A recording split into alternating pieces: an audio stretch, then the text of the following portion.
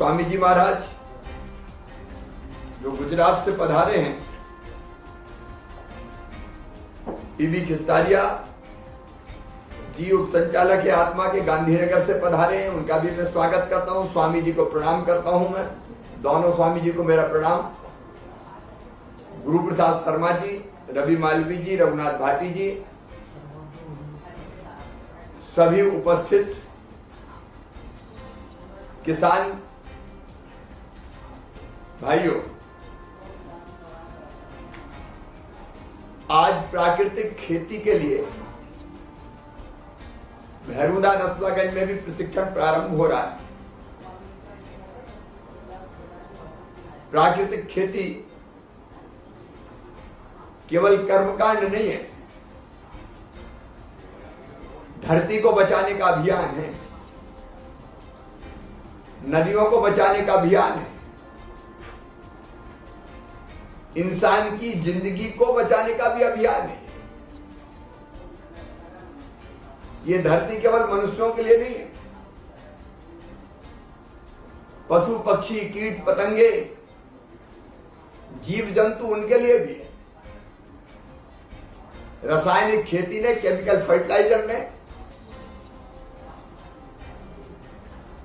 अनेकों जीव जंतु कीट मित्रों को भी समाप्त कर दिया है। धरती का स्वास्थ्य तेजी से बिगड़ रहा है। अब जितनी मात्रा में हम रासायनिक खाद डाल रहे हैं, कीटों को मारने के लिए अलग अलग दवाइयां डालते हैं, उससे केवल कीट नहीं मरते, वो कीटनाशक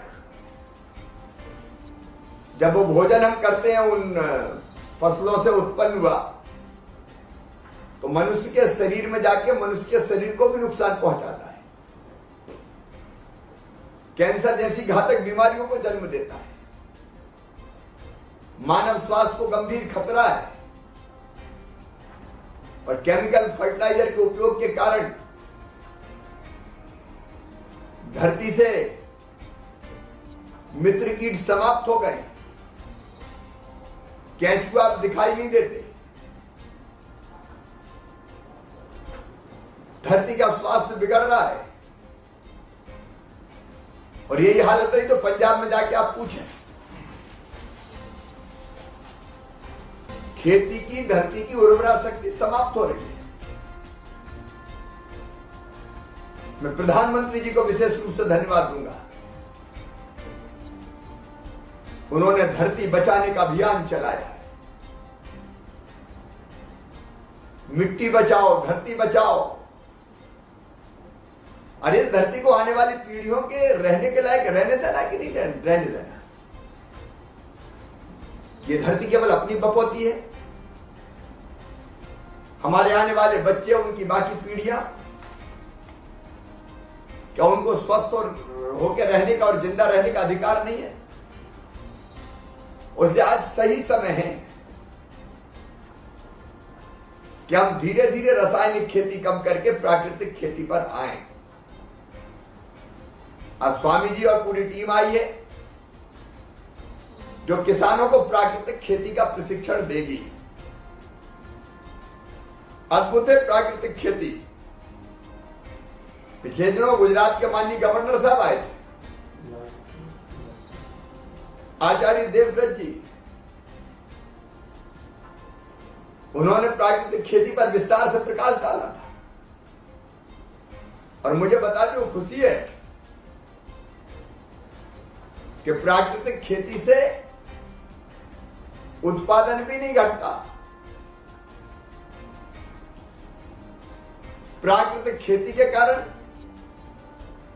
जो फसल, गेहूं हो, धान हो, बाकी अनाज हो,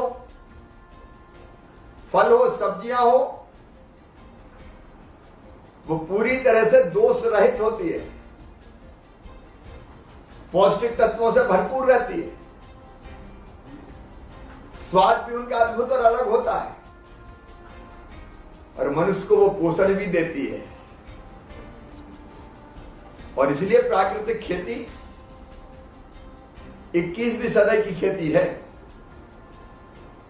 प्राकृतिक खेती मतलब केमिस्ट्री की लैब से निकलकर प्रकृति की लैब में ले जाने वाली खेती। प्राकृतिक खेती मतलब लागत कम, मुनाफा ज्यादा। अभी हम रासायनिक खाद डालते हैं तो कई बार उत्पादन खूब दिखता है, लेकिन जब किसान कर्जा चुकाता है तो पता चला पूरा खलिहान साफ हो जाता है। अधिकांश पैसा खाद, पेस्टिसाइड, वो जो हम खरीदते हैं, हमारा उसी में खर्चा हो जाता है। इसलिए प्राकृतिक खेती में लागत कम होगी, उत्पादन बेहतर होगा, लागत कम होगी तो मुनाफा ज्यादा होगा। प्राकृतिक खेती मतलब जीरो बजट की खेती। प्राकृतिक खेती मतलब आम के आम गुठलियों के दाम। प्राकृतिक खेती मतलब हींग लगे ना फिटकरी, रंग चढ़े चोखा। और इसलिए प्राकृतिक खेती कैसे करेंगे स्वामी जी और बाकी विशेषज्ञ बताएंगे। जीवामृत, जीवामृत, बीजामृत बनाने की विधियां आपको बताई जाएगी। और इसलिए मैं अपील करता हूं किसान प्राकृतिक खेती की तरफ बढ़े। और मैं ये भाषण केवल आपके लिए नहीं दे रहा, मैंने स्वयं तय किया 5 एकड़ में इसी खरीफ की फसल से मैं भी प्राकृतिक खेती शुरू करूंगा। मेरी किसानों से अपील है, आपके पास अगर 5 एकड़ जमीन है तो आधा एकड़ में, 1 एकड़ में जरूर करो। प्रैक्टिकल करके तो देखो। मैं पूरे 5 एकड़ की बात नहीं करता। 10 एकड़ है, 1 एकड़ में करके देखो, 2 एकड़ में करके देखो, 2 एकड़ है, आधा एकड़ में करके देखो। लेकिन हम शुरुआत जरूर करें। और मुझे पूरा विश्वास है अगर हम ये शुरुआत करेंगे तो हम सफल होंगे और धरती की बड़ी सेवा करेंगे, आने वाली पीढ़ियों की बड़ी सेवा करेंगे। मेरे मित्रों, प्राकृतिक खेती के जो लाभ है, एक पूरी तरह से प्राकृतिक कुदरती खेती, दूसरा ये भूमि की उपजाऊ क्षमता बढ़ाने वाली खेती है, तीसरे किसी भी तरह के रासायनिक खाद और कीटनाशक खरीदने में पैसा खर्च करने की जरूरत नहीं है, चौथा इसमें पानी बहुत कम लगता है। अब अभी पानी की गर्मी में हम फसल उगा रहे हैं, कितना रोज पानी, रोज बिजली। आखिर पानी की भी सीमा है धरती में, तो इसमें पानी और बिजली का खर्चा घटेगा। और प्राकृतिक खेती में प्रकृति में जो तत्व पाए जाते हैं उन्हीं तत्वों का उपयोग किया जाता है। बाहर से किसी भी प्रकार की खाद या अन्य सामग्री की जरूरत नहीं पड़ती। सामान्य खेती में बार बार सिंचाई करनी पड़ती है। प्राकृतिक खेती में सिंचाई की आवश्यकता बहुत कम हो जाती है। मिट्टी में पोषक तत्वों का संतुलन ठीक होता है।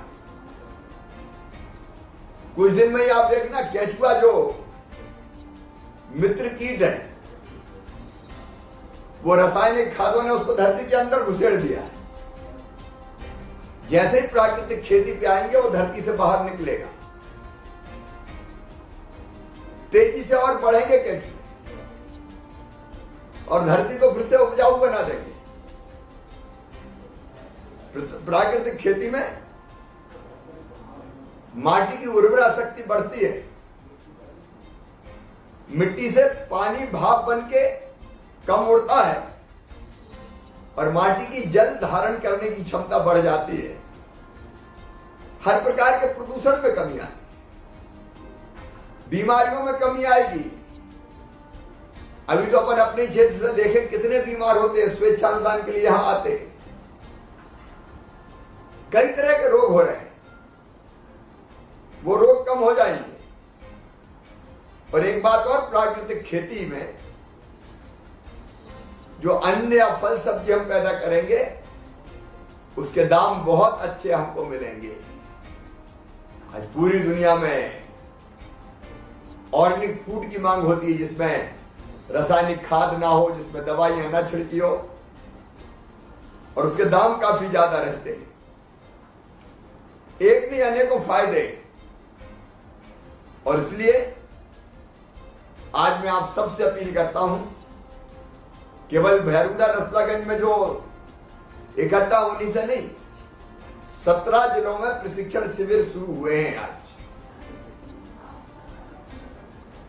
हम हर जिले में ये प्राकृतिक खेती के लिए प्रशिक्षण शिविर लगाएंगे और वहां प्राकृतिक खेती का प्रशिक्षण दिया जाएगा। प्राकृतिक खेती में गाय का गोबर चाहिए, गोमूत्र चाहिए, वो वैसे भी हमारे पास है।